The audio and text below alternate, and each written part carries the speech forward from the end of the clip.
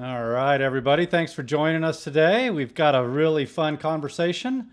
We're going to be getting to know Chase Hodson a little bit better. I know we've had several podcasts up to this point, but really felt like it was important to get to know your favorite lender a little bit better, kind of what drives him, how we can help you out.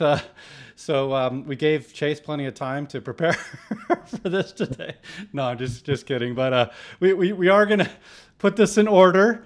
And of importance to you. We're not going to cover things that might not be super applicable to your initial efforts, but we're definitely going to give you some insight into what he's about and how he can help. So we'll bring him on. How you doing today, Chase?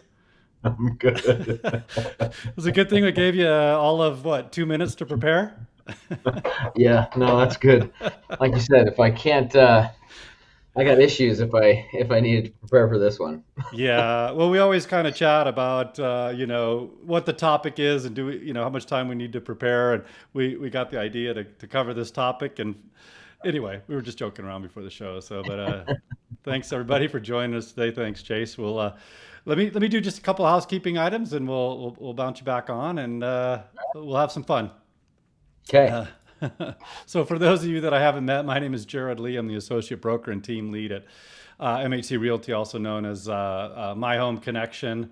Our sponsor for today is our perfect home buying process. We've spent the better part of a couple of decades developing out what we want to be the most efficient, the most financially advantageous, and hopefully, fun along the way process in regards to buying your home, bringing down the anxiety and making it a good process. We've got, kind of the reports for the data-driven folks. We've got podcasts for the, what is it, kinesthetic learners to answer a lot of your questions, to, just help you get through the process.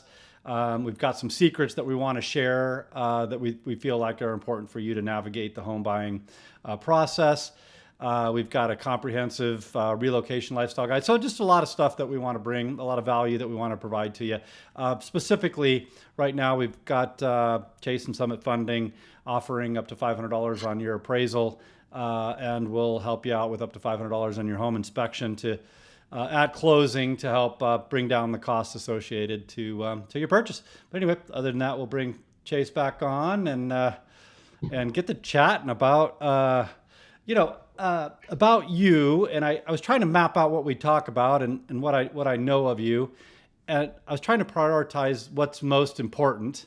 And I felt like sharing kind of what your passions and your heart are would really give people insight into why it is that you do what you do.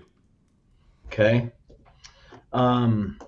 Man, how deep do you want me to go? Up to you, man. Whatever you feel like the folks should know about you. Uh, it's important. I think the whole sales adage of people don't care what you know until they know that you care, and Yeah. and I know that you care, and my hope is here you can feel a good opportunity to share with folks why and how much you care.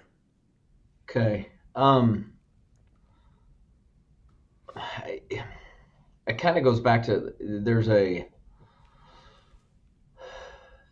actually done a lot of soul searching into this over the years, over the past decade. With in my own personal growth and I think with a lot of us, we don't understand, we don't always know why we do what we do Yep. until we dig deep and figure that out, right? Yep.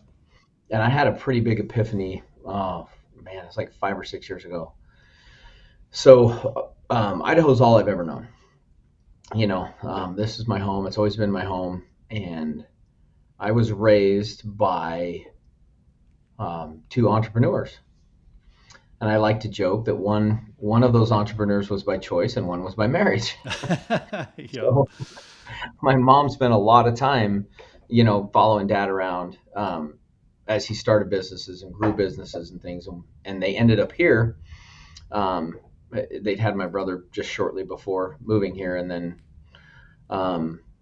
so we moved here and, they owned a floor covering business in this valley for 40 plus years. And it was a pretty large operation, but it was run just by family. We had, My mom ran the front office, dad ran the back office. My uncle ran the warehouse. We had off and on other salespeople were involved, but that was the gist of it. And I was there. I did the books. Once I got out of high school and started my college career, I did the books and we opened up a location in Napa. My brother ran that location, so it was family operated, and we were like the third largest in the valley back then. Did a lot of new construction, and I got working that intimately with my parents. I learned a lot about them, and I learned a lot about business. And the subcontractors that we had never left us. Dad treated them like family, and over the years, I watched him mentor people. I watched him actually for guys. One gentleman was an alcoholic, and I watched him bail him out of jail and build him up and pick him up and help him buy a house. Carried the note for him until he was able to do that on his own. And I saw him do that for multiple people. And then when he retired, he moved to Montana and he bought a small little ranchette over there. And he owned two properties here, two homes, each on 10 acres. And he gave, I was young. I owned a home at the time. I'd already bought my first house. But he gave my brother and I an opportunity, to own land, not just a home. And he carried those notes. And so through that example, I learned what an effect that can have on people, and how that not just financially, right? I believe that owning real estate is the first step in building real wealth in anybody's life. But I also saw how that changed them, emotionally and mentally. And so for me, that was the example. That's why I do what I do. Like that was the example that I grew up around and that I watched. Yeah. And I didn't realize until 5 or 6 years ago why I loved this career so much. And it's because I'm able to continue the legacy that my parents showed me. Yeah. Well, that's awesome. We do another podcast to help coach, mentor agents, and our very last podcast was interestingly, what is your definition of success? And I think all too often we get caught up in what culture would teach us success is, but we spent it went long as ours typically do. That you got to really dig into. For me, I found it's emotional currency. It's that relationship. It's that hug at the closing table. When people get their home, and but I'd realized that making an income is a byproduct of helping people, and that's what really drives me. And I put a roof over my head when I help others put a roof over their head. So I'm just sharing with you. Good for you for digging in and seeing what it is that drives you really. Fills your soul. And I hope people hear loud and clear that you are extremely passionate, and you've hit all of them, right? You're focused on service. You educate people on why home ownership is important, and not just in a short-term capacity, but in a long-term. That you're a mentor. You do this as a repeat and referral business because you befriend people and want them to know, like, and trust you, not just for a short time, but a long time. Yeah, I really want to see everybody grow as much as they possibly can. However that means, and this is part of my journey too, right? Mm-hmm. By helping others, I learned so much myself, man,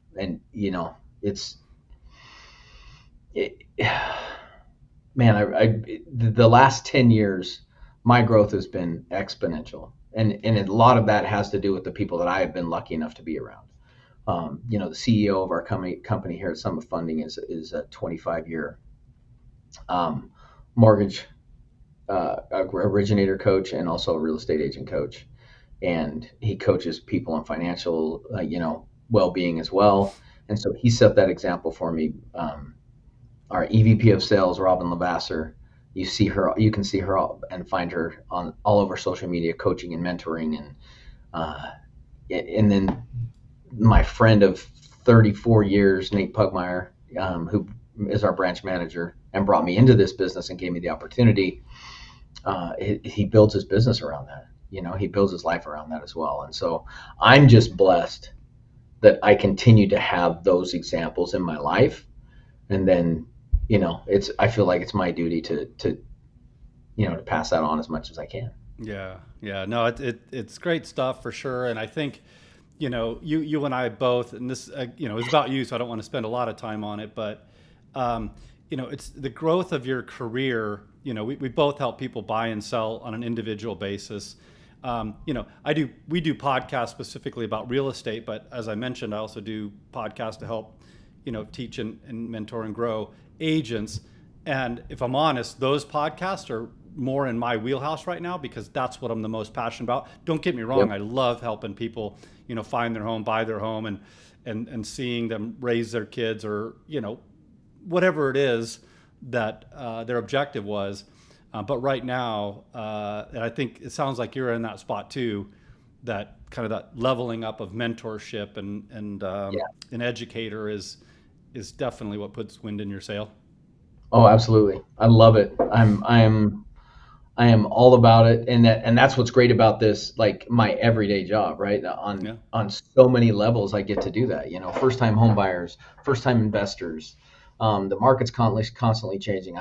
It gives me that platform that I always get to teach. I don't know. Like I don't know where I don't know where I see myself in 10 years or whatever. I love this career, and so obviously I'll be doing this in some capacity.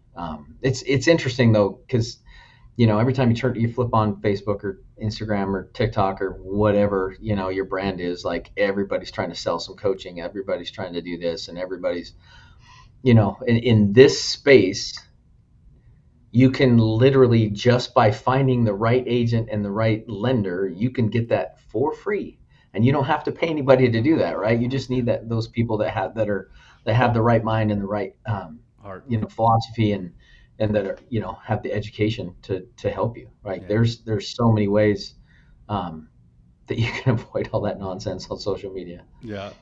Totally agree. Well, let's talk about, and you've touched on a little bit of this, actually, probably both. So if you want to expound upon it, by all means. But I felt it was important, your knowledge, how long you've been here in Idaho, and what you've done while you're in Idaho, and then the business background, because I know. You're definitely, you're my go-to guy in general, but for business owners, that's a special area that takes, a lot of patience, a lot of knowledge, a lot of preparation. And you having that entrepreneurial family and gene, bug, they definitely need to chat with you sooner than later. Anyway, I'll let you chat about these two items here. Yeah. Oh, man, Should I let you prepare for these a little bit more? No, not at all. I'm just there's so much, right? Like, and we're time limited, and so I want to be cognizant of that. But going back to that service mind, right? Like, there's only so many first time home buyers that come across your, and so, but another way that I can serve are in a big way is again the self-employed or small business owners. Because our tax system is not set up to benefit them, especially when it comes to mortgage, right? And so, to your point, seeing a lender sooner rather than later is super important, because how you file your taxes determines what you can or can't buy. And so, preparing for that in advance is really, really important. And then how that affects you in taxes and things that you can do to combine the two, and what your best options are. Because there's a lot of different loan products out there. And it's just understanding what you're trying to achieve and, what, like, for example, I've got, a client that I've been working with for quite some time, and we've bought multiple houses together. He does a lot of investment properties out of state, and initially when he came to me, it was, well, what do I need to do? How do I need to, change how I'm filing my taxes in order to be able to buy, because I keep getting told no. And understanding that, when we looked at things, if he changed his taxes in order to qualify conventionally, his tax burden was enormous. Mm-hmm. Whereas if you use this product over here, you don't have to change the way you file. Yep, your interest rate and your down payment may be higher, but in the long run, it is going to save you money, Yeah. right? You're not laying as much out. And so it's just understanding and weighing the different options that are available, and trying to figure out what's best for your situation. Yeah, we always preach preparation. Everybody should be prepared and get ahead to things as best they can, instead of finding a house and then locating us. Well, we beat that horse, dead horse, over and over again. Yeah. But as far as preparation goes, it's certainly business owners. Oh yeah. Even sooner in the process than even your typical buyer. But the other thing I was kind of hoping you'd expand upon, and this isn't necessarily how you can help buy a home, but you're one of the few natives. I've lived here longer than I've over half my life, more than half my life easily. So, but I'm not quite a native yet. But I'd like to Yeah. think my knowledge of the area and the lifestyle we enjoy and the things that we like to do, you know, um, raising families, speak to that a little bit, because I think that's helpful in helping people feel assured that Idaho is their next home. Man, goodness, I've seen so many changes, right? Like, and we've discussed this in, past episodes. Some of them good, some of them bad, right? And that's just life. It doesn't matter where you live or where you're going. Um, Things are going to change, and they're not always going to be for the good. I'm a small town guy, right? Which is funny, because what I do for a living is help people move to our state, right? So, Yep. but I miss the really small towns, but Idaho still has that. That's one of the great things about Idaho. Depending on where you want to be, we've got from tiny to rural, like extremely rural, to the big capital in Boise, where Boise, Meridian, and App are all kind of just becoming one big metropolitan area. So, um, but growing up here, we still have so much of what we had when I was a kid. There's still hunting, and there's still fishing, and there's still outdoors, and there's still walking out of your house if you live in Boise, and jumping on a mountain bike trail or a running or a hiking trail, and you can follow that clear up to the tree line in the mountains. There's skiing 30 minutes away. Uh, all of that stuff's still here. Yeah. Yeah. And it just, it is such a great place to live, and It's amazing. it really is. I mean, it's we're growing, right? And it is getting more crowded, and the traffic's getting is but it's all perspective, right? Because it's still a third of what a lot of the folks from California or Seattle or wherever have to deal with, But for us that came from the other side of that spectrum, it seems to be a lot. Yeah. But even with all of that that's going on, I can't think of a better place to live. Yeah. And I've traveled quite a bit, You see I, it. right after I graduated from high school, I moved to Colorado for a while. And it's, there's a lot of similarities there, and there's some other great states in the union for sure. But yeah, I continue to want to stay here. Like, I don't, there hasn't been enough change to override negative change to override the positive things that you get by living in this state. Yeah. And when you talk about small business, man, if you have a small business, or you want to start a small business, or Idaho is very entrepreneurial, especially to Treasure Valley. Yeah. There's so much of it there. Some of the the OG entrepreneurs in HP and Micron, and those companies, they started here, and they're still here and growing. Yeah. So Idaho's pretty friendly to the startups, and we're starting to see a lot of that. You hear the growth in tech and things around, so we're seeing a lot of that expansion. Yeah. Yeah. No, it's all good stuff. I think, if we had to sum it up, the fact that you and I wouldn't raise our kids anywhere else, right, kind of just says everything. Yeah, and to me, that's it. That is everything. I love serving and I love my job, but the best thing I've ever been called in my life is dad. Yeah. My three sons are everything to me. And to kind of go back to what you said, what was that question you asked on your other that you brought up that you're asking on it? Oh, what do we define as success? Yeah, I heard this not too long ago, but and it's perfect for me. But how I define success is raising kids that want to hang out with me as adults, Yeah. right? So for to say that this is where I believe the best place to raise the most important thing to me in my in this on this earth in my kids, like for me that's everything. Yeah. Yeah. Well, you always perk up a lot, when I ask you, what you're doing, and it's kid related, from the tournaments to the, to the camping to the whatever. So I definitely feel it, your heightened excitement when it's family oriented. Yeah, it's crazy. I had one of the best experiences a couple weeks ago. I mean, talking about like small towns and still being able to do the things I used to do. I took my kids camping up to Horse Thief Reservoir, which is like an hour and a half north of here.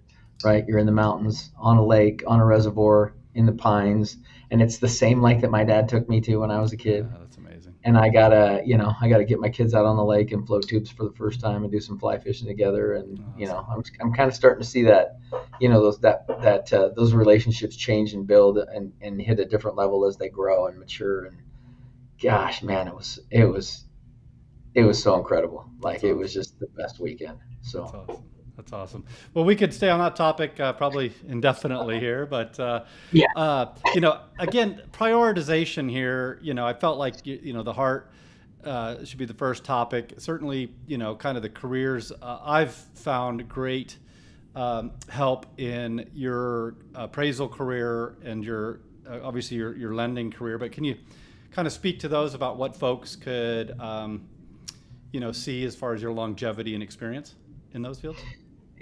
yeah. For me, I've always been around real estate. I My parents owned that floor covering store. My dad's best friends were builders. That's all I knew. I was always on job sites. Mm-hmm. And then, when I got into high school, I started in the family business with my dad teaching me the business and my mom teaching me sales. Because she ran the front of the house and customer service and uh, the way that she interacted with people, and then how dad managed the business and managed those builder relationships and grew it. And so I've always been in and around construction and real estate and all that. And then I went to college and I'm a Boise State graduate, proud to say, even though it looks nothing like it did when I was in True school. It's that. grown so much. Gosh, it was pre, football national notoriety when I went to school there. So, Yeah. um, but a great economics department. And so that's what my degree is. So took a lot of business classes, but with really focused on the economic side of it. I love that. And the funny thing is like going back to family, like the only thing that I wanted to do was to be my dad growing up, and that's why I chose that degree, because my dad had an economics degree. But when I got into it, I just found out that I just loved it. Yeah. It was just fascinating to me. And so when I graduated from college, I was always intended on running the store. I was going to take over, and we had expanded, and we're looking at some other options on expansion and trying to figure that out. And once I graduated, I was like, man, I just really don't like this. Yeah. Yeah. If I'm honest, I want to do something Uh different.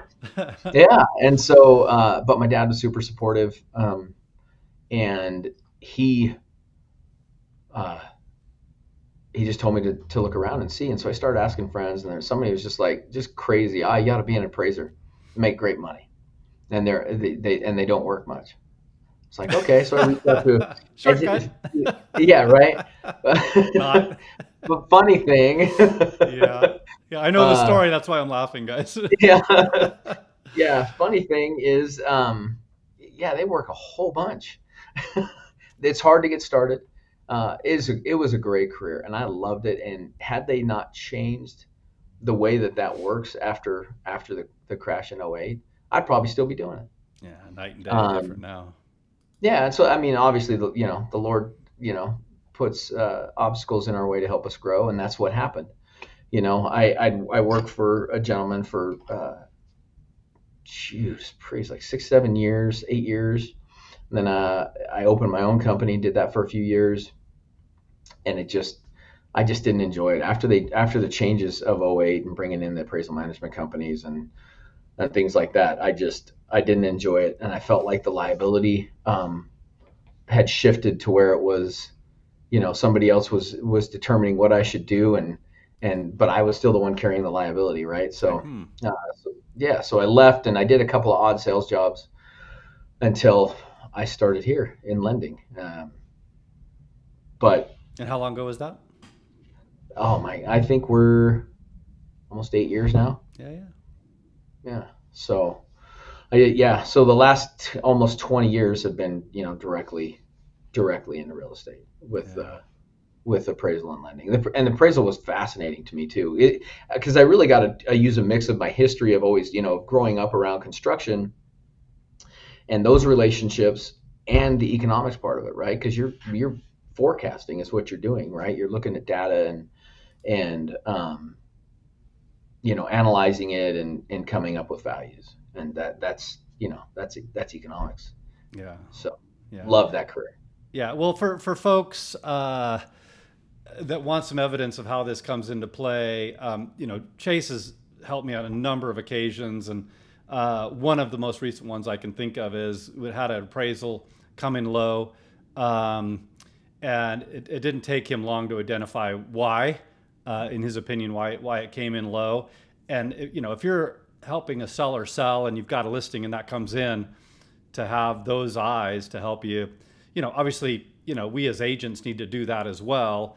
Mm-hmm. But for somebody that can give insight into, the adjustments an appraiser would make, what direction they're going in, whether it's geography or time or, any number of ways, it's harder for us as agents to get our head around that than somebody that's been in that space doing that every day, all day, to at least give us a little guidance. Like, my tendency would have been this, or I saw other people doing this, and that just helps kind of cement. Because if we're honest as agents, we look at things kind of what's happening or going to happen, where appraisers look at what's happened, maybe what's going to happen, Right. if they're generous. So the perspective is a little different. And then of course the internal workings of what is an adjustment, what's the, how much is the adjustment, and all that. Like, that can Yeah. change, and we don't get nearly as much insight as obviously the people doing it day to day. So my point in telling you guys this is to let you know that Chase brings a lot to the table, having all this real estate experience, appraisal, lending, and all that. So don't underestimate that. That's what I'm saying. It helps out a lot. Because we have to challenge appraisals on occasion, when they come in short, or and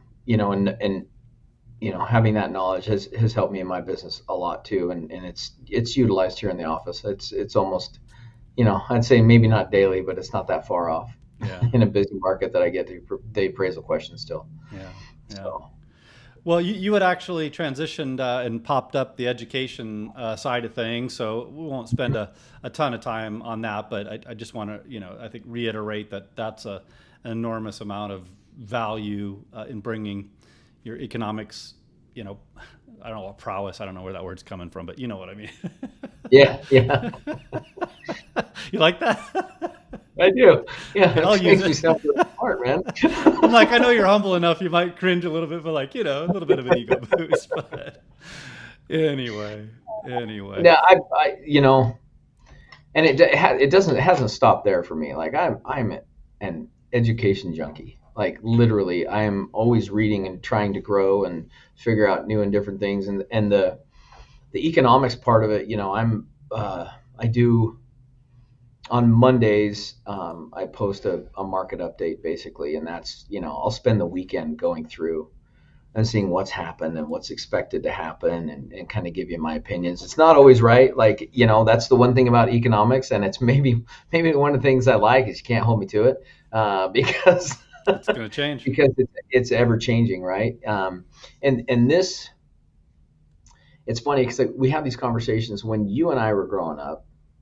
Um, so related to politics, right? That's everybody's talking politics now. We're in an election year, and economics are a big part of this election. So when we were growing up, they would make policy changes, and then you'd have to sit and wait and wait and wait and wait and wait for that to actually happen, right? To see the change. And so I think it was my senior year. They were finally starting to talk about socioeconomics, right? And how because economists are arrogant and they like to believe that, the market determines things and they can blah, blah, blah. But ultimately, it's the market is the people, and their mind and how they feel and think and react affects that market, right? And so they finally started to accept that. And so that became pretty prevalent over the next decade. But then fast forward to today, with where social media is at, the minute someone thinks something, you and I hear about it, see about it, read. Yeah, it's crazy. And so everybody reacts much more quickly as well. And so it's definitely harder to forecast and to judge, because where we're at right now with rates, we shouldn't be there, right? Like it should have corrected by now, but like you have all of these things going on around the country, and you and I know about it the minute that, or not just the country, but the world. Yeah. And you and I know about it the minute it happens. Yeah. Right. And so that immediately starts to affect us. Some people get more conservative. Some people, oh, I need to go get this before this happens. Right. And so it affects our spending, affects the job, affects businesses. And all of that happens on a much faster pace than it ever has before. Yeah. So it's pretty fascinating times to be in, for sure. Yeah. Yeah, absolutely.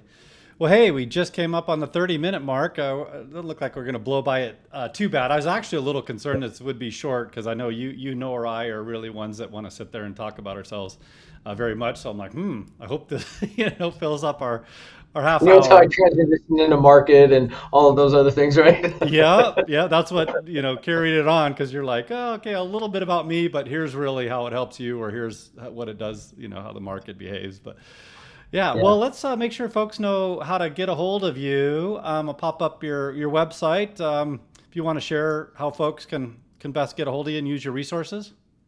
Yeah, so you can, it's Summit Funding / Chase Hodson, or C Hodson. Either one will bring me up. I'm right here in downtown Meridian. My cell phone is on the website. I'm easy to get a hold of. You can find me at Chase Mortgage Lender on most social media platforms. I'm kind of switching a lot of that stuff over. So yeah. Got some reviews here for you. So if you want to get to know what other folks are saying about Chase, but summitfunding.net, and obviously you can reach out to us on our YouTube channel. Well, we're broadcasting to a lot of the social media platforms just now, so we're easy to get a hold of. But anyway, yeah, I appreciate the time, man. It's actually been more fun than I thought it would be. Yeah, we're like, what are our topics? Like, oh, let's talk about ourselves. And I think both you and I cringed a little bit, like, okay, we probably should, but anyway.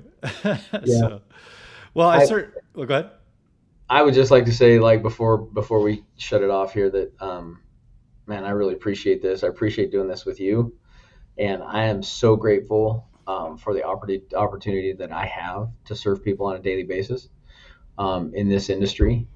And so whether it's just advice or loan information or appraisal information, no matter who you are and what you do, I love helping. I truly enjoy it. It fills my cup, allows me to give back, and I love watching people grow. I built a network of people that, like Jerod, that are like-minded and like-hearted, and whether it's financial planners, accountants, whatever, man, any way I can help, I just love it. Yeah, awesome.